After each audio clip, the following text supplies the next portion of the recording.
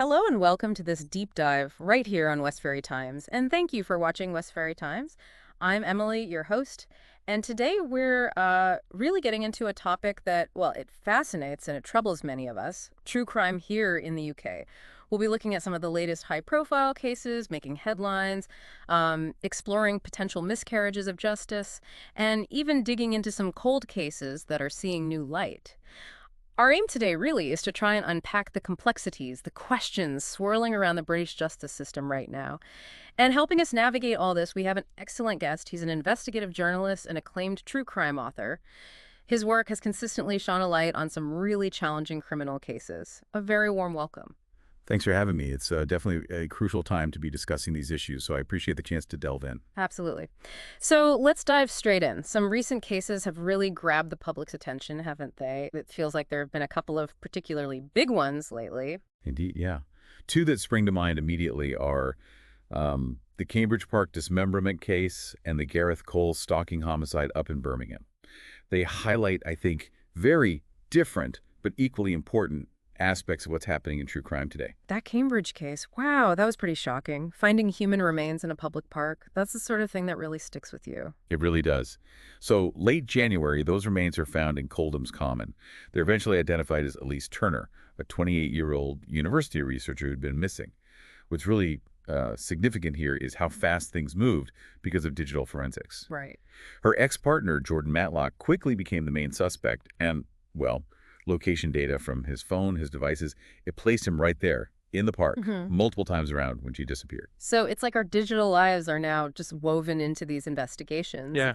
It's a world away from just relying on witnesses or, fibers found at the scene. Precisely. Yeah, this case really shows that shift.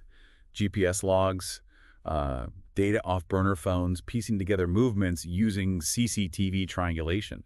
These are increasingly supplementing, sometimes even, well, replacing traditional evidence. It makes you think, doesn't it?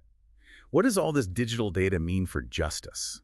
That's a really powerful thought. And the Gareth Cole case in Birmingham, that sounds disturbing for completely different reasons. Tragically so, yes. This one shifts the focus onto, well, potential systemic failure, really.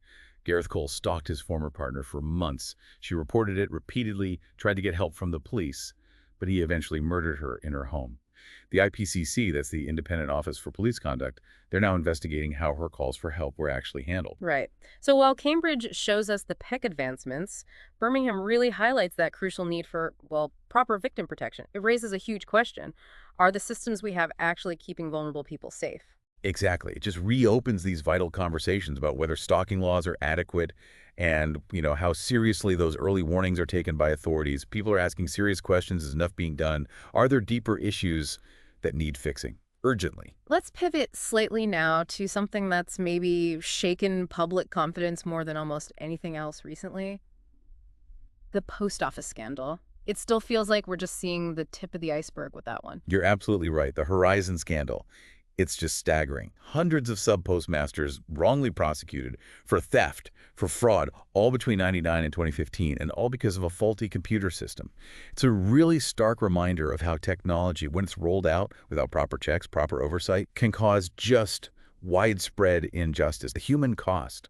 It's been utterly devastating. Imprisonment, financial ruin, lives completely shattered. And the numbers involved. Over 700 people affected. Yes, it's huge. And while thankfully, over 100 convictions have now been overturned. For so many, the wheels of justice have just turned incredibly slowly. The government is now fast-tracking a new law to exonerate everyone wrongly convicted, which is a massive step and, frankly, long, long overdue.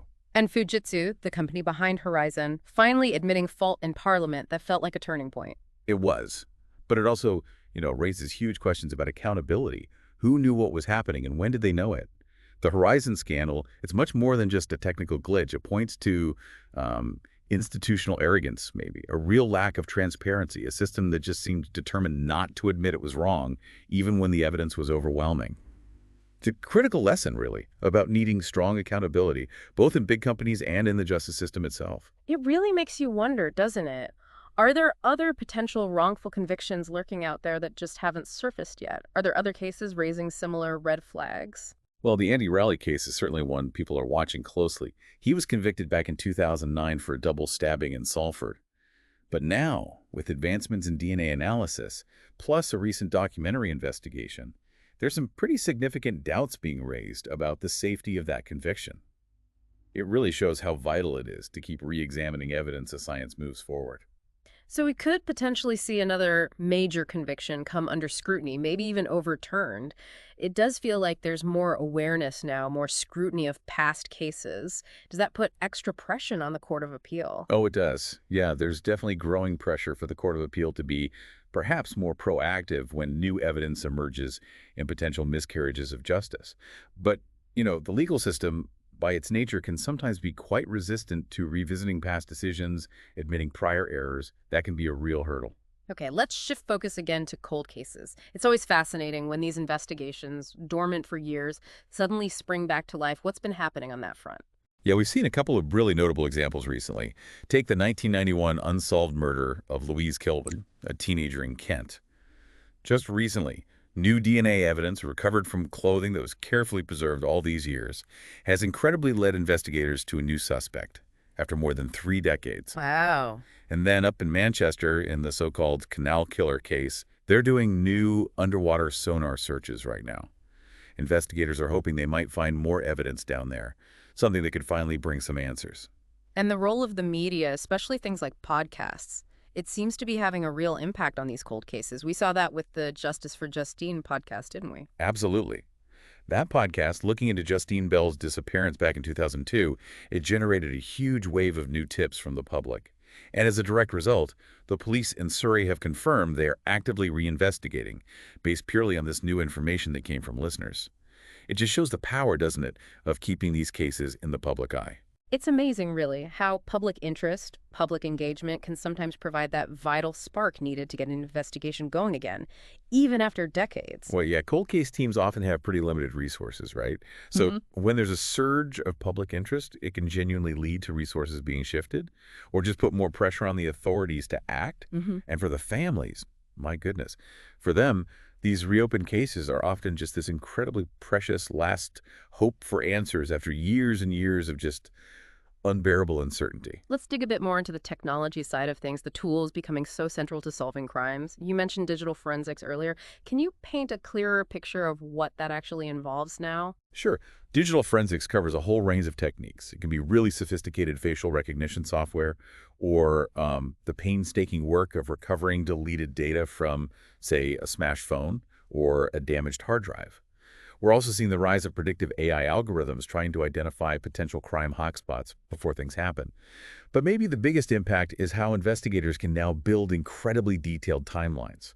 They use metadata from our phones, the hidden data about calls and messages, plus movement data from smartwatches, even footage from those Ring doorbells everyone seems to have now. Right. So analyzing things like cell tower pings or GPS coordinates from a phone, looking at the timestamps, the locations, you can build a very detailed map of where someone was and when. It's incredibly powerful. Powerful, definitely. But it also raises those privacy questions you mentioned. Exactly. There's an ongoing debate about the balance between using this tech for law enforcement and protecting individual privacy.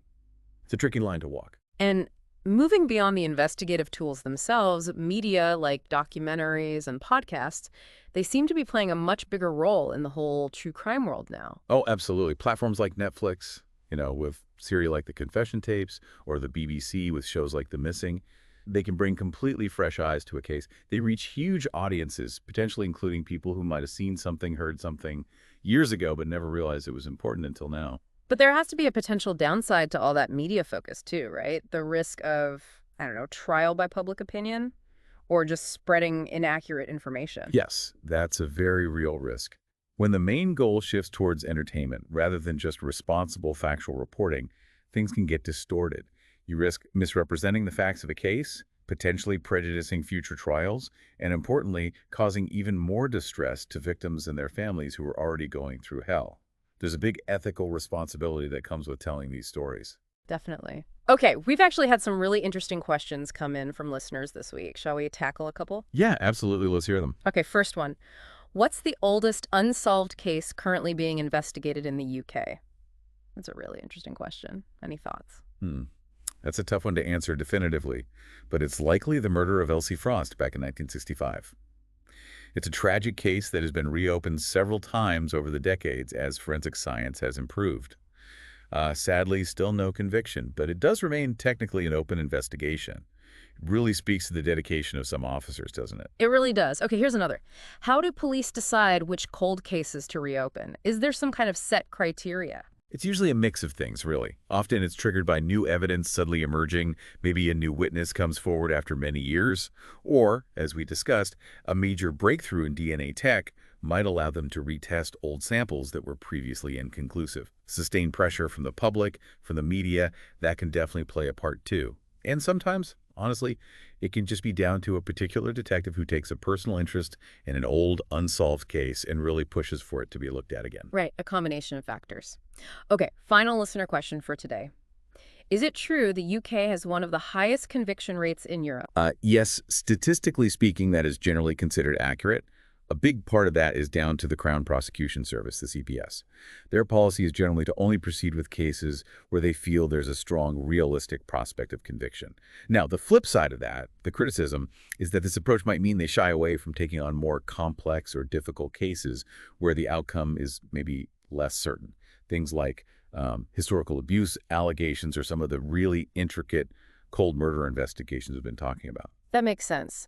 So, as we start to wrap up, looking at everything we've discussed today, these big current cases, the historical injustices like the post office, the cold cases getting a second look, what does it all tell us, really, about the state of the UK justice system right now? Well, I think it paints a picture of a system that's definitely under significant pressure. There's no doubt about that. Things like the Horizon scandal have clearly damaged public trust. But maybe on a more positive note, you see the increasing role of technology when used correctly, and this growing demand for transparency. Those are potentially powerful forces for positive change, for progress. We are seeing more errors, more past failings being brought into the light, and hopefully that increased exposure leads to a stronger will to actually learn from those mistakes and make the necessary reforms. And the role of journalism in all of this, it feels as vital as ever, wouldn't you say? Oh, absolutely crucial, yeah. A free, responsible press is just. It's a fundamental check on power. It ensures these critical issues don't just get swept under the carpet. But as we touched on, it's so important that reporting is done diligently, accurately, and always with a strong commitment to fairness for everyone involved. Wise words. Thank you so much for sharing your expertise and all those insights today. It's been a really, really illuminating conversation. My pleasure. They're important discussions to keep having. And to all of you listening, thank you for joining us for this deep dive on Westferry Times. If any of the topics we've covered today have affected you personally, please do look at our show notes. We've put links there to support organizations that can offer help and guidance. And if you found this discussion valuable, if you care about justice and truth, please think about sharing this deep dive and maybe subscribe for more from Westferry Times. From all of us here, thank you again for watching Westferry Times. Stay informed, stay critical, and please stay safe. We'll catch you next time.